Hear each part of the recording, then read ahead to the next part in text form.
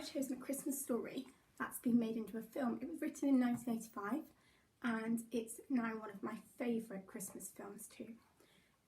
So this is the book of the Polar Express, which has the most beautiful illustrations, so do look at those as I read. On Christmas Eve, many years ago, I lay quietly in my bed. I did not rustle the sheets. I breathed slowly and silently. I was listening for a sound a friend had told me I'd never hear, the ringing bells of Santa's sleigh. There is no Santa, my friend had insisted. I knew he was wrong. Later that night, I did hear sounds, though not of ringing bells. From outside came the sounds of hissing steam and squeaking metal. I looked through my window and saw a train standing perfectly still in front of my house.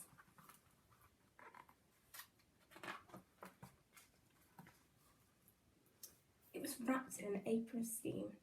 Snowflakes fell lightly around it. A conductor stood at an open door of one of the cars. He took a large pocket watch from his vest, then looked up at my window. I put on my slippers and robe. I tiptoed downstairs and out the door. All aboard, the conductor cried out. I ran up to him. Well, he said, are you coming? Where? I asked. Why, to the North Pole, of course, was his answer. This is the Polar Express.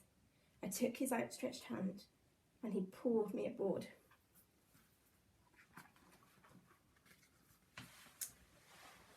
The train was filled with other children, all in their pyjamas and nightgowns. We sang Christmas carols and ate candies with nougat centres as white as snow. We drank hot cocoa as thick and rich as melted chocolate bars. Outside, the lights of towns and villages flickered in the distance as the Polar Express raced northwards.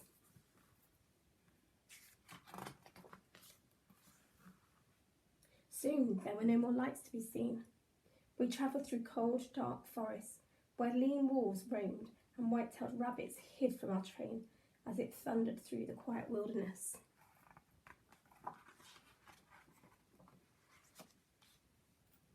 We climbed mountains so high it seemed as if we would scrape the moon. But the Polar Express never slowed down. Faster and faster we ran along, rolling over peaks and through valleys like a car on a roller coaster.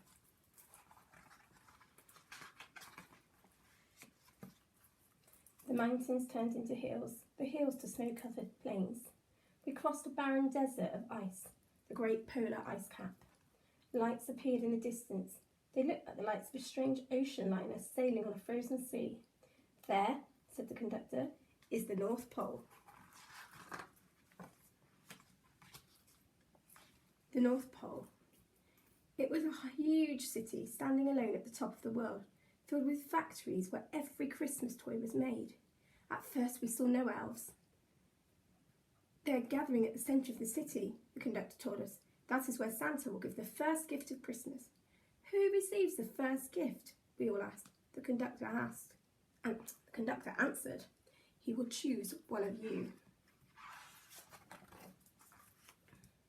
Look, shouted one of the children, the elves. Outside we saw hundreds of elves. As our train grew closer to the centre of the North Pole, we slowed to a crawl. So crowded were the streets with Santa's helpers. When the Polar Express could go no farther, we stopped and the conductor led us outside.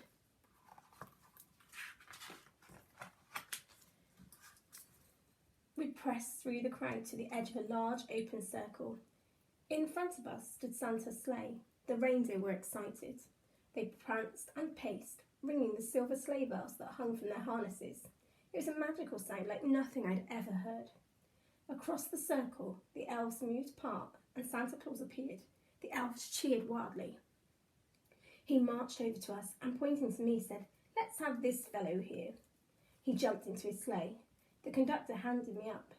I sat on Santa's knee and he asked, now, what would you like for Christmas?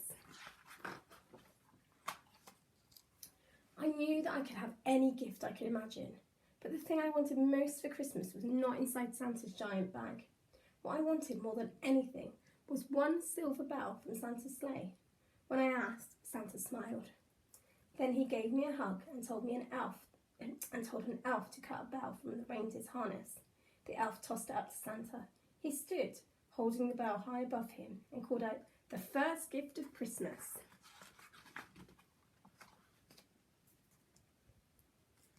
clock struck midnight as the elves roared their approval. Santa handed the bell to me, and I put it in my bathrobe pocket. The conductor helped me down from the sleigh. Santa shouted out the reindeers' names and cracked his whip. His team charged forward and climbed into the air. Santa circled once above us, then disappeared into the cold, dark polar sky. As soon as we were back inside the Polar Express, the other children asked to see the bell. I reached into my pocket, but the only thing I felt was a hole. I had lost the silver bell from Santa's sleigh. "Let's hurry outside and look for it," one of the children said. But the train gave a sudden lurch and started moving. We were on our way home. It broke my heart to lose the bell. When the train reached my house, I sadly left the other children. I stood at my doorway and waved goodbye. The conductor said something from the moving train, but I couldn't hear him. "What?" I yelled out. He cupped his hands around his mouth. "Merry Christmas," he shouted. The Polar Express let out a loud blast from its whistle and sped away.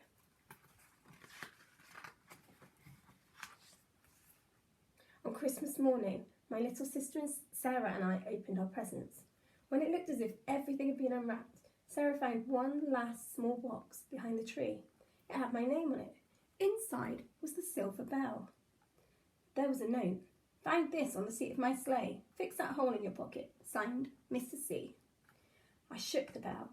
It made the most beautiful sound my sister and I had ever heard. But my mother said, "Oh, that's too bad." "Yes," said my father, "it's broken." When I'd shaken the bell, my parents had not heard a sound. At one time, most of my friends could hear the bell, but as the years passed, it fell silent for all of them. Even Sarah found one Christmas that she could no longer hear its sweet sound. Though I've grown old, the bell still rings for me, as it does for all who truly believe. I think that's just a beautiful book. It's about resilience and belief, and that's so important around Christmas. I hope you all have a wonderful Christmas, and if you get time, do watch the film of the Polar Express too. Bye.